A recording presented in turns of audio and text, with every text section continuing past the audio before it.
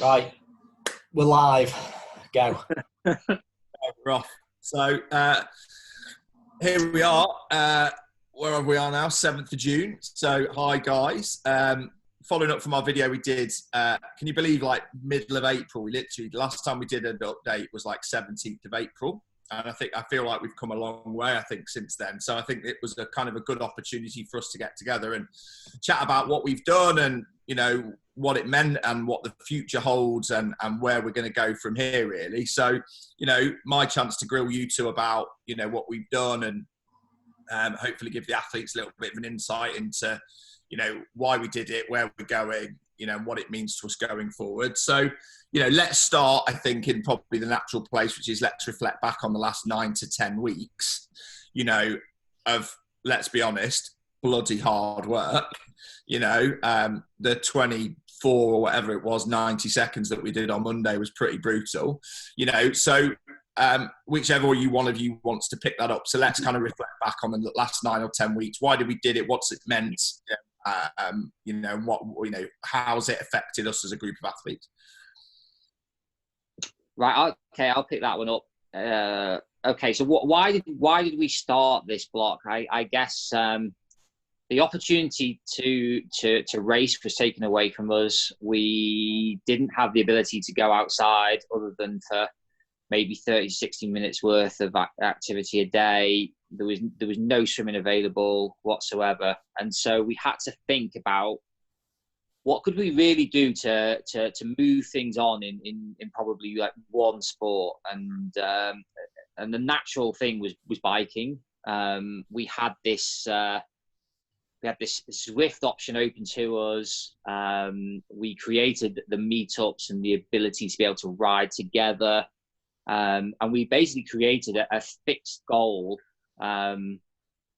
that we could really focus on. And I think, you know, sometimes in triathlon where we're swim, biking and running, it can sometimes get blurred. We have this goal that might be a 3 or an Ironman or something like that. But the day-to-day ability to be able to move a sport on can get blurred with everything else that's going on. And so we really focused on our ability to be able to create 20-minute power on the bike. And so, you know, what's interesting is that actually, you know, the best 70.3 and Ironman athletes, you know, within the group are actually also like the best sprint triathletes as well. So, you know, we focused on that. As you said there, it got pretty hard at times. But I think there was a lot of things achieved within that period of time.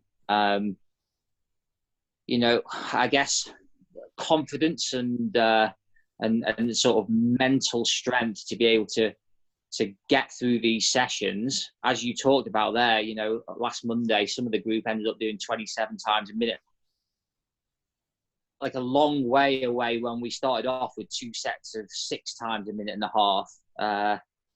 You know, no one ever thought that they'd be able to hold that same power throughout, but in a short period of time, and 8 to 9 weeks is a short period of time, really, we went from hitting big power over, you know, what we're talking there, like 18 minutes to over like 40 minutes worth of power. So I think we all developed mentally, our confidence to be able to hit numbers continually and for progressive time each week, created a lot of sort of like threshold power notifications to us as coaches, and our ability to be able to dig deep and really go hard in those sessions. So that was definitely a big positive. I think the whole squad environment and being able to work together and be able to like push each other to new limits was a great addition as well.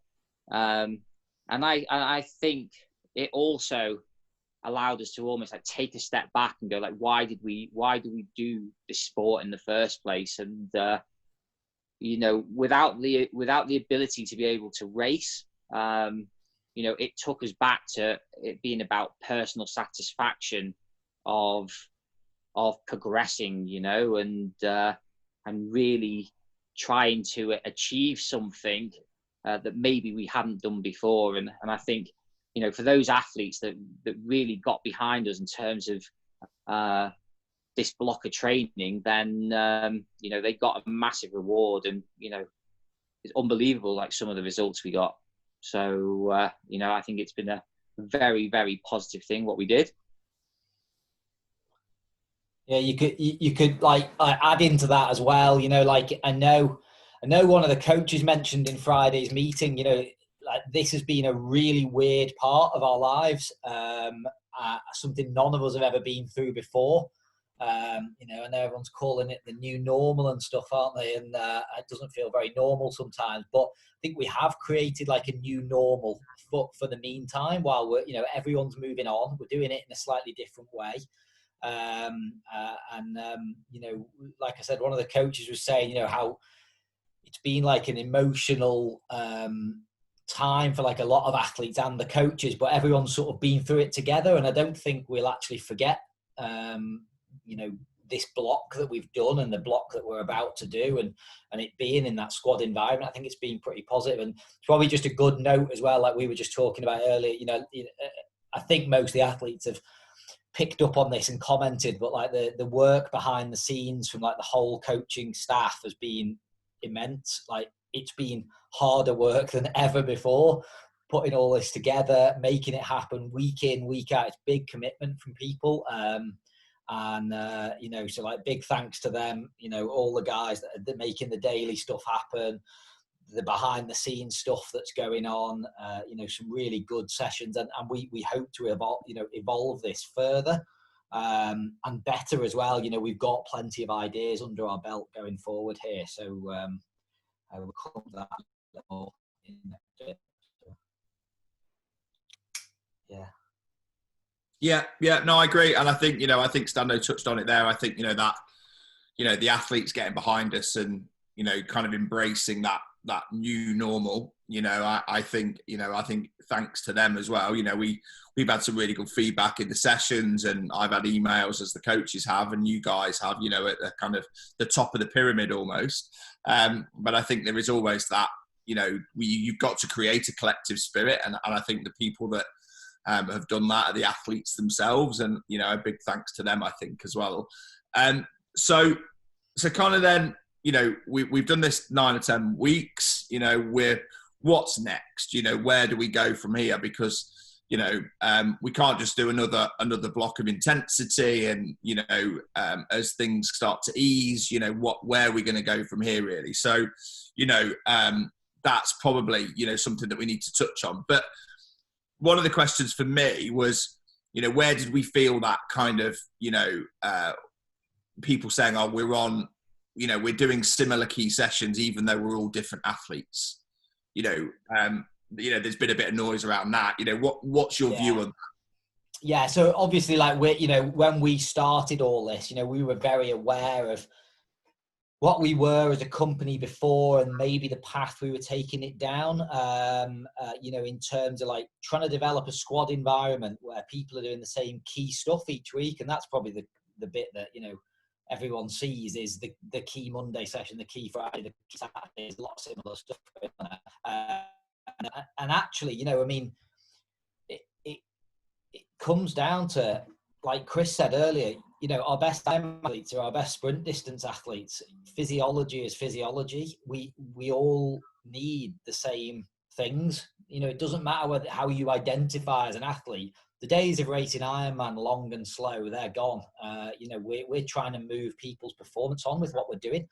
Hence why, apart from, as people will have noticed, there's slightly different approaches to these key sessions, depending on the type of athlete or your length of time in the sport, and the intensity of certain intervals might be different for one person than the other, and your coach might just give you slightly different instruction to maybe not quite follow the group, to ending themselves at the end of the intervals, just hold back a bit because you've got to get through 3 sessions in a week, whatever. But underneath it all, in this period where no one's got a race on the horizon, and we can, like Chris said, uninterrupted, from the distractions of this event and that event, and even the distractions of like normal life, we've been able to stay focused on the goal for everyone.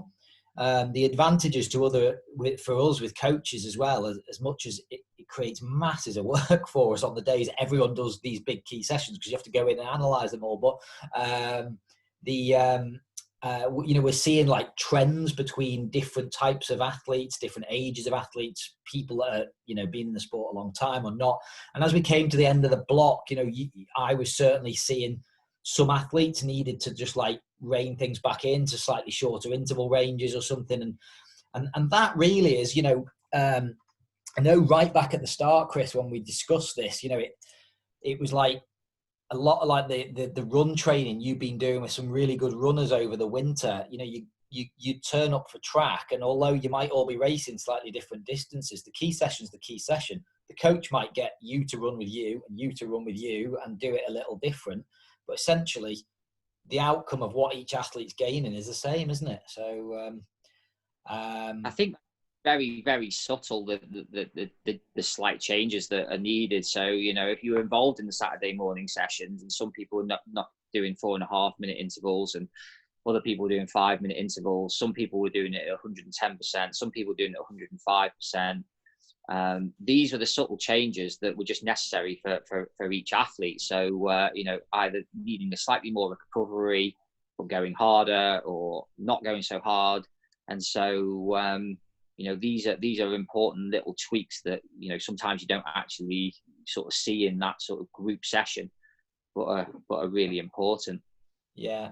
And I mean, you've already touched on like the advantage of a squad environment, in terms of motivation, but even like we're seeing great compliance to sessions. We were talking about this the other day. Another reason athletes have moved on is we've seen lots of athletes complete a higher percentage of their set training, and that simply is going to produce results. And I think the squad environment, which says your session starts at 9:30 if you want to do it with the group, that creates, you've just got to turn up, and I think that's a positive. And the fact you've only got to turn up in the next room where your turbo is easy to fit with people.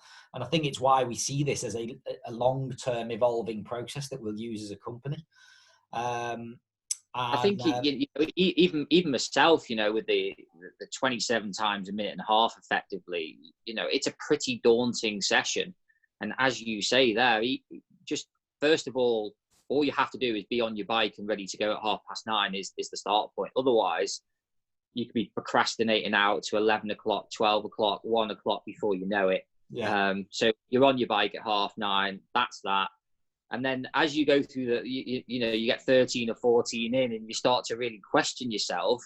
But then you see other people still pushing on, and it just motivates you in a massive way as well. And so it is a huge benefit, and you can't underestimate the mind and how you tackle these sessions is probably more important than physiology a lot of the time. Yeah, and I think, sorry, Hamo, just very briefly on that note, like one of the advantages of a digital squad platform is you get to be motivated by everyone else without necessarily, under that pressure, I've got to keep up with these people, or I can't train with these guys because they're too fast or they're too slow or whatever. There's a way to make everyone do the same stuff. You can't do that in the real world. So this has been a really nice way to do it.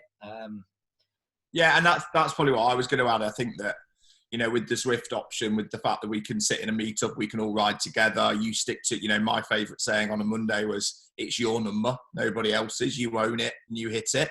It doesn't matter what anybody else is doing. But I think as well, the thing that I would add in is, with the things like the Discord channel, is everybody talks about, I was dreading the start of the session. I didn't feel I had it in me, and I managed to knock it out. And everybody there's that sense of that you're very alone in this sport, and that you have all these doubts, and you go to sessions expecting to be, everybody else to be amazing and you to be awful. And actually everybody's the same almost, they feel the same emotions. They doubt themselves halfway through a set, and knowing that other people feel like that is also a real benefit, to be able to just dig in and stick to your number. And, completing the session might be the target rather than being able to push on through the intervals, for example.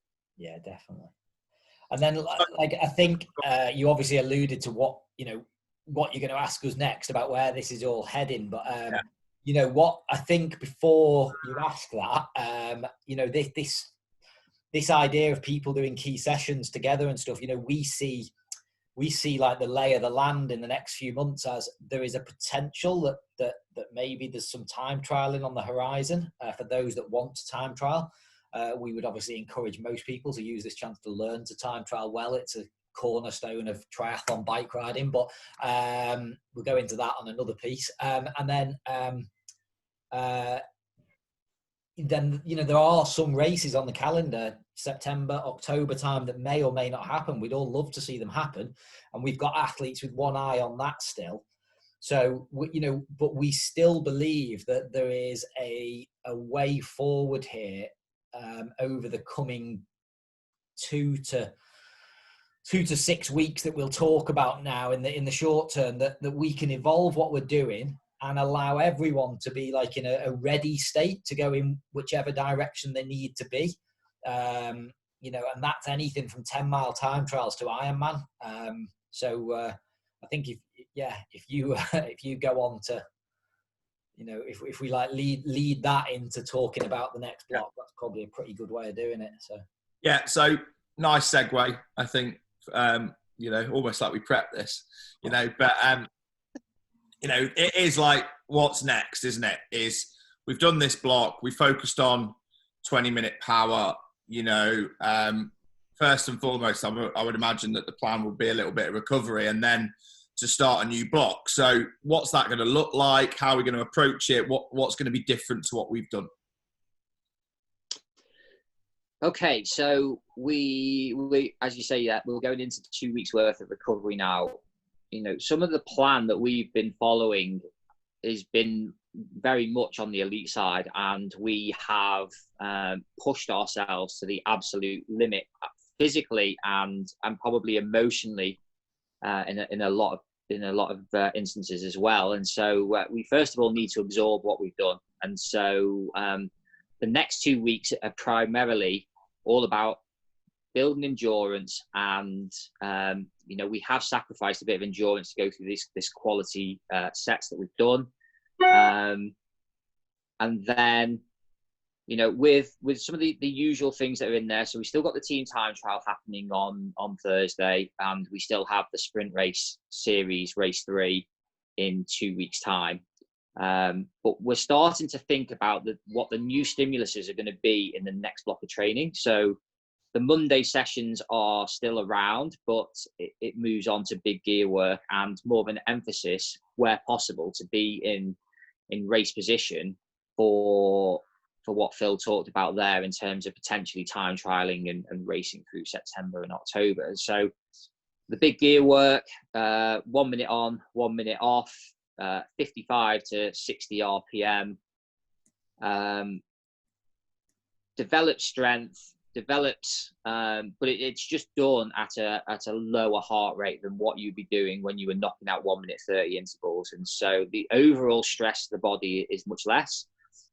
So yes, we are absorbing what we've done. Yes, we are recovering, but we're doing it in a way by taking out intensity. We're not necessarily doing it from giving you a whole lot less hours. And so actually, in some instances, the volume might actually be up, but the overall stress of what you're doing will be down.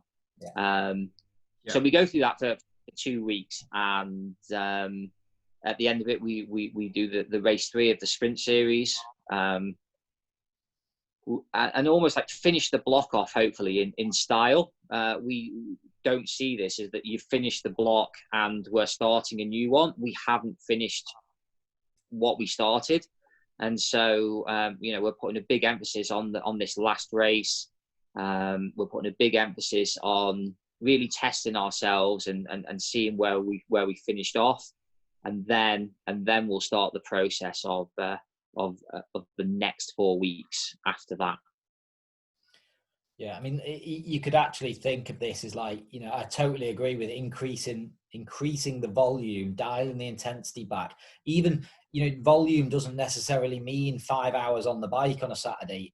It's frequent aerobic training, 60 minutes, 90 minutes, 2 hours, okay, a long ride at the weekend if it fits in with your plans, or that's the kind of thing you do. You know, you are actually, all that hard work you've done, you're actually going to get fitter and fitter through this period from the easier aerobic training, but also just as your body absorbs that last few weeks of training. This sprint series, if you don't overdo it in the next 2 weeks by training a bit too hard when you shouldn't, you should feel great even in the middle of 2 weeks endurance, hitting the sprint series race and ready to go pretty hard and hopefully get, you know, your best result so far. So yeah, just picking up on that, I think one of the things that actually this block has taught us is that actually you do have to do the easy work and the endurance work easy, because if you don't, then it will affect those key sessions. And where we were really under stress of hitting numbers at that high end on those Mondays and the Saturday sessions, if you went off piste a little bit and you rode your Sunday ride too hard, or you know, rather than going out for 2 hours easy, you ended up going 4.5 hours medium hard, for example, then it really showed the next day. Yeah. So, you know, as Phil said there, you know, it's about frequency. It's about hitting a little bit of volume, but not necessarily thinking, oh, I've got to go and ride my bike for 4 to 6 hours, because that puts a huge amount of stress on your body that will then take a number of days to recover from. So, yeah. I would say, you know, if people do want to use this chance to get out and explore, and, you know, now they can ride a little bit further, whatever you're allowed to do within the rules, you know, fine, go out for quite a few hours on your bike, but split it up, you know, stop somewhere, take some food with you, just, you know, not everything has to, you know, ride 2 or 3 hours if that's what you're meant to do. If you want to do an extra hour and a half, well, just really take it easy and just enjoy being out on your bike or something. Don't create that by pushing all the way for 5 hours because your Strava speed needs to look good for everyone to look at or something. You know, just enjoy the process the next couple of weeks. So. Okay, so before we probably move on to, you know, anything else that we've got on the horizon potentially, is I'll probably, you know, and I called it, I think in our email chain, like the elephant in the room a little bit, is, you know, there's been a few people saying, oh, you know, and Stando picked up on it at the start, which is we decided at the beginning that we were going to focus on bike. But, you know, what about running? You know, we've probably not done a lot of speed work. We've not done a lot of hard running, you know, mainly because of the impact and the effect it has on the ability to knock out, as Phil, you know, you know, being able to deliver big power on the bike when you've got a massive run in your legs. You know, the question is, you know, that was clearly a conscious choice, but what do we do now in terms of running?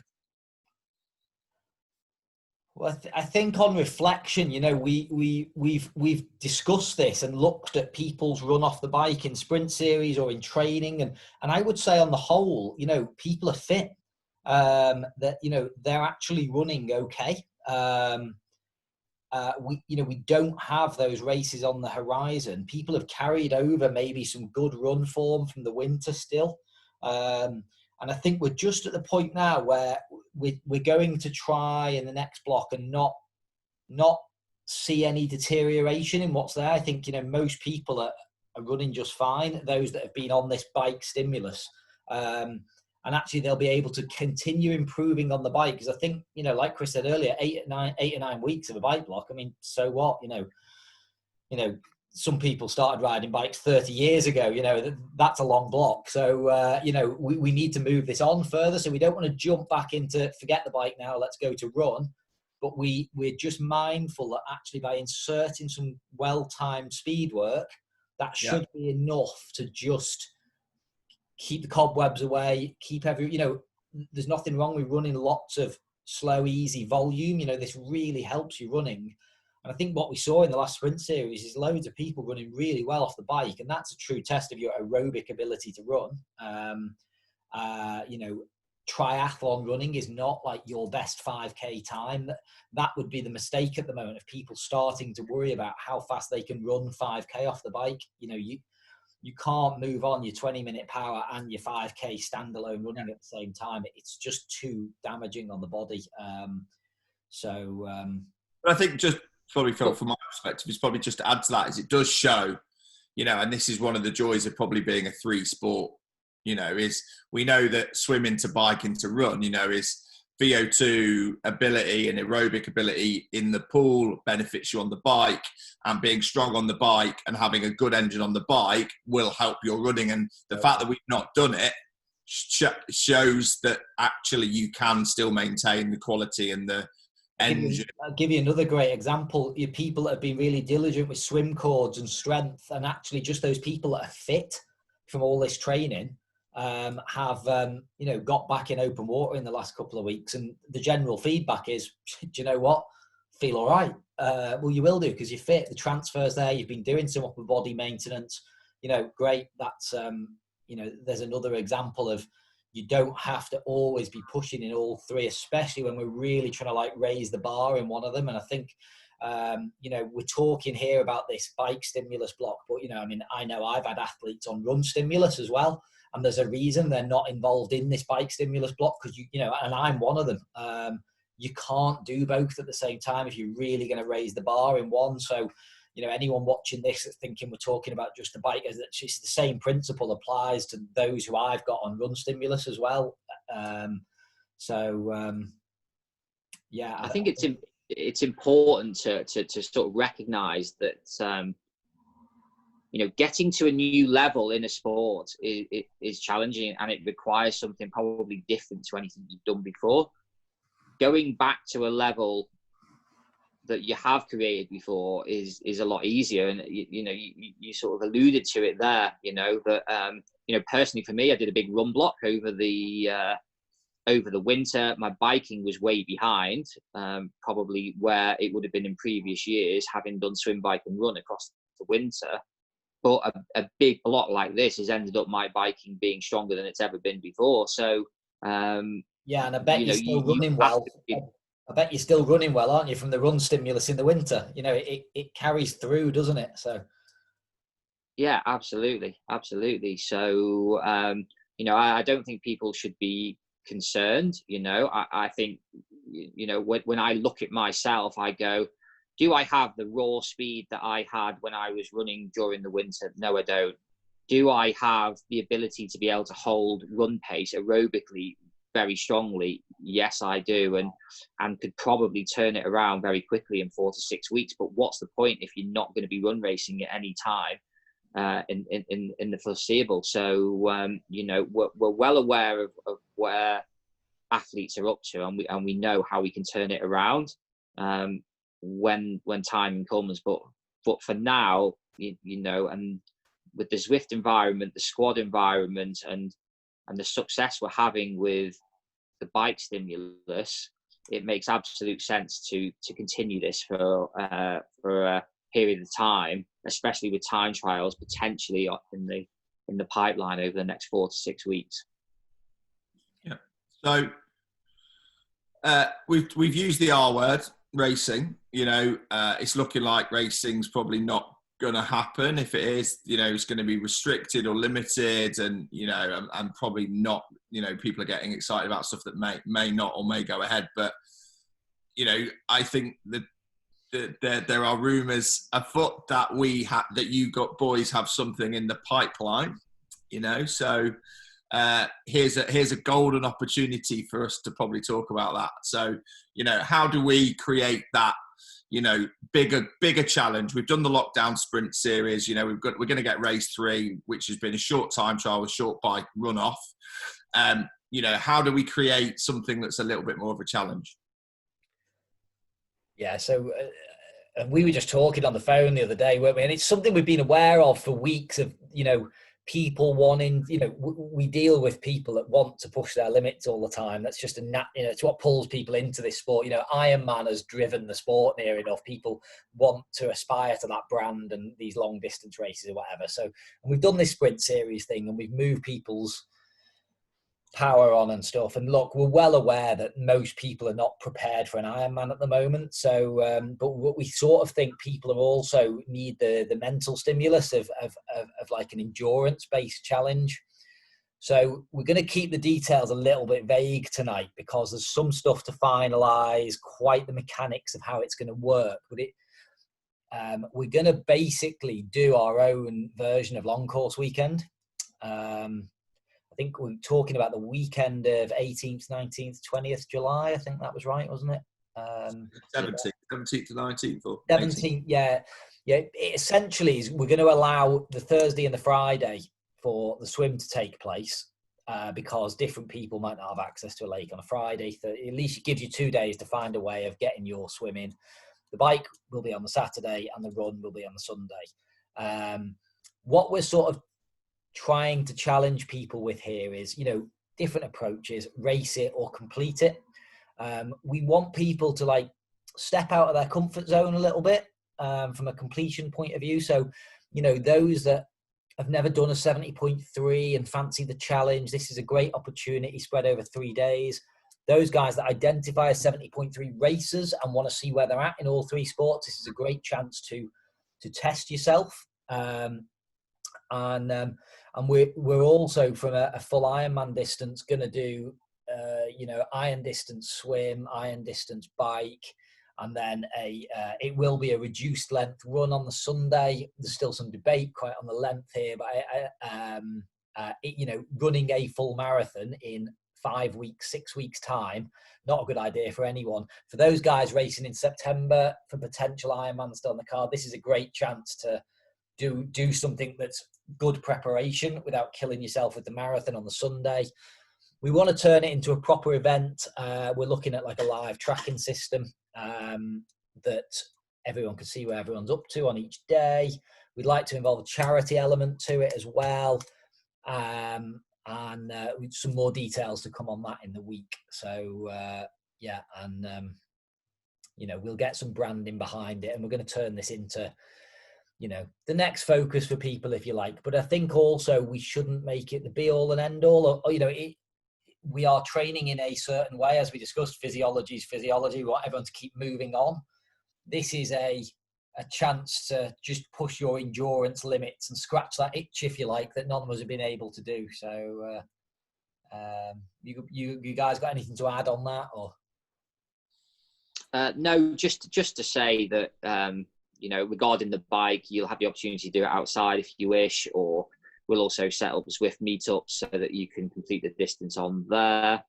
There's the potential with new government guidelines to meet up with a couple of athletes, whether that's run the half marathon together or, bike the 112 miles. I know TC was talking about riding the Ironman UK course.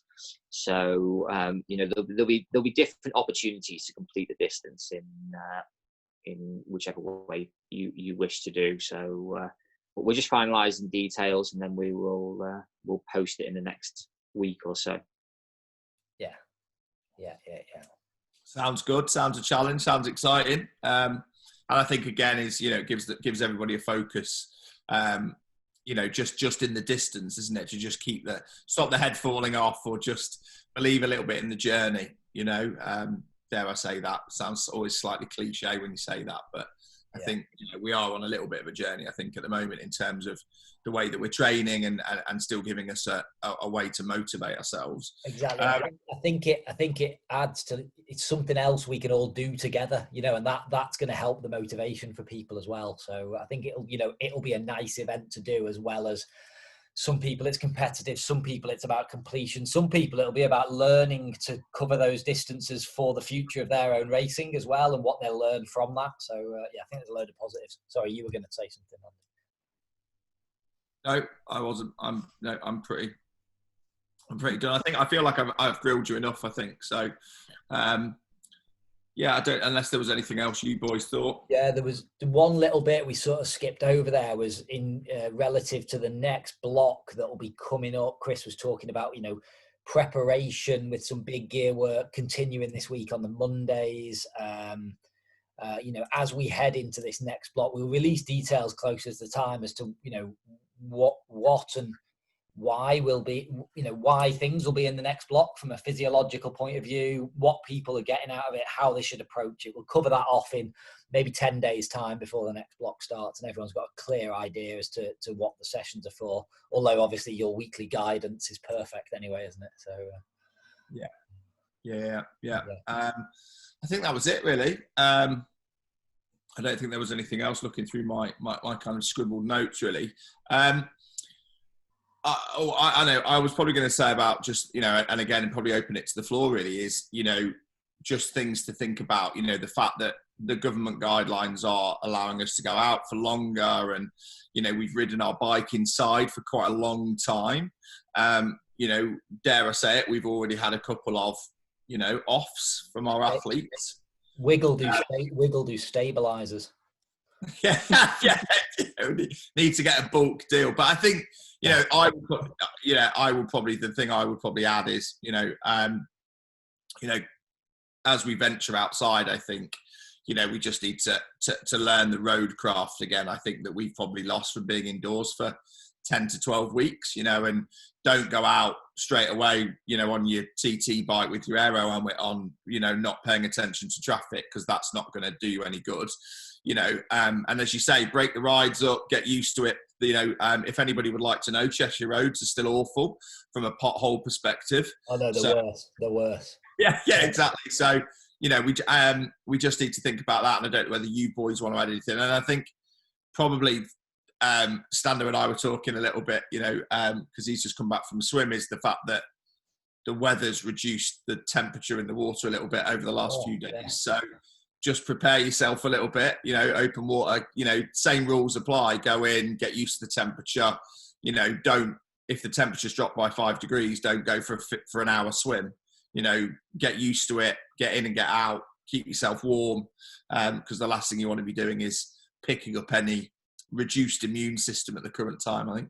Yeah, nothing to add really to that, just everyone stay safe and healthy, I suppose. That's, that's the key really, and everyone keep, staying healthy keeps us all moving forward, doesn't it, for, whatever's next for us all. So Sando, anything to you to conclude? No. Enjoy your 2 weeks off, ready to go again. It's not off. It's frequent Olympic training. Don't tell anyone it's off. Cool. Well, look, guys, it's been, as always, it's good to tap into your brains and get a little bit of the method to the madness, in terms of what we do. Thank you to you two, I think, on behalf of me and the coaches and the athletes, thanks for kind of steering us through the icebergs of isolation. So well done to you two. And hopefully we'll have another chat in, however many more weeks, 8-9 weeks, but hopefully we'll be sitting on a beach somewhere, which would be amazing, but unlikely. And we'll catch up then. Yeah, cool. All right, brilliant. Cheers, guys. Bye. Cheers.